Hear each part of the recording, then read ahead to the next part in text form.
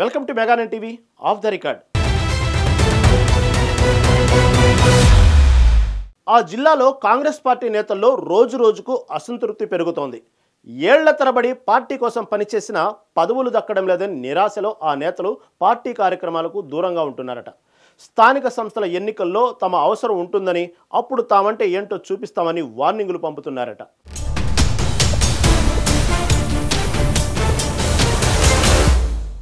తెలంగాణ రాష్ట్రం ఏర్పడిన తర్వాత 2014-2018 అసెంబ్లీ ఎన్నికల్లో రాష్ట్రమంతా బీఆర్ఎస్ హవా కనిపిస్తే ఉమ్మడి ఖమ్మం జిల్లాలో కాంగ్రెస్ సత్తా చాటింది. దీంతో 2023 ఎన్నికల్లో కాంగ్రెస్ నుంచి పోటీ చేసేందుకు భద్రాద్రి జిల్లాలోని 5 అసెంబ్లీ నియోజకవర్గాల నుంచి అనేక మంది ఆశావాహులు ముందుకొచ్చారు. పార్టీ టికెట్ దక్కించుకోవడం కోసం ఎన్నికలకు 2-3 ఏళ్ల ముందు నుంచే నియోజకవర్గ స్థాయిలో శ్రమించారు.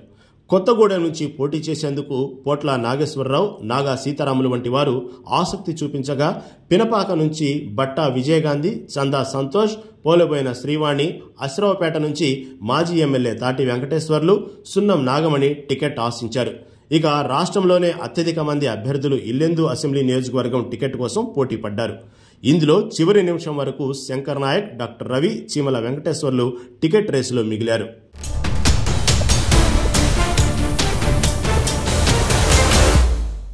కాంగ్రెస్ అధికారంలోకి వచ్చి ఏడాదిన్నర కాలం దాటింది. గత అసెంబ్లీ ఎన్నికల్లో పోటీ చేసి ఓడిపోయిన పోదెం వీరయ్యకు అటవీ అభివృద్ధి కార్పొరేషన్ చైర్మన్గా రాష్ట్ర స్థాయి నామినేటెడ్ పదవి దక్కింది. ఆ తర్వాత నియోజకవర్గ, జిల్లా, రాష్ట్ర స్థాయిలో పెద్దగా నామినేటెడ్ పోస్టులు భర్తీ చేయలేదు. దీంతో పార్టీ కోసం చెమటోడ్చిన తమను ఇంకెప్పుడు గుర్తిస్తారని కాంగ్రెస్ నేతలు ప్రశ్నిస్తున్నారు. 18 నెలలుగా ఎలాంటి పదవులు దక్కలేదని, తమను నమ్ముకున్న వారికి కనీస స్థాయిలో సాయం చేసే పరిస్థితి లేదని ఆవేదన చెందుతున్నారు. స్థానిక సంస్థల ఎన్నికలకు ముందు కింద స్థాయి కేడర్లో ఉత్సాహం నింపేలా, గతంలో టికెట్లు దక్కని నేతల రాజకీయ భవిష్యత్తుకు భరోసా కల్పించేలా నామినేటెడ్ పోస్టుల భర్తీ చేయాలని కోరుతున్నారు. మరికొందరు మాత్రం పార్టీ కోసం ఓపికగా పనిచేసుకుంటూ వెళితే సరైన సమయంలో తగిన గుర్తింపు లభిస్తుందనే నమ్మకంతో ఉన్నారు.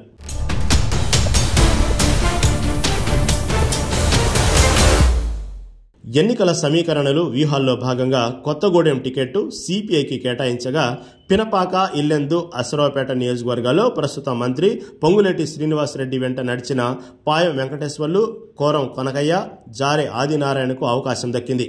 భద్రాచలంలో సిట్టింగ్ ఎమ్మెల్యే పోదెం వీరయ్యకు టికెట్ ఇచ్చారు. అయితే కొత్తగూడెంలో మిత్రపక్షమైన సిపిఐ మరో 3 చోట్ల కాంగ్రెస్ అభ్యర్థుల విజయం సాధించారు.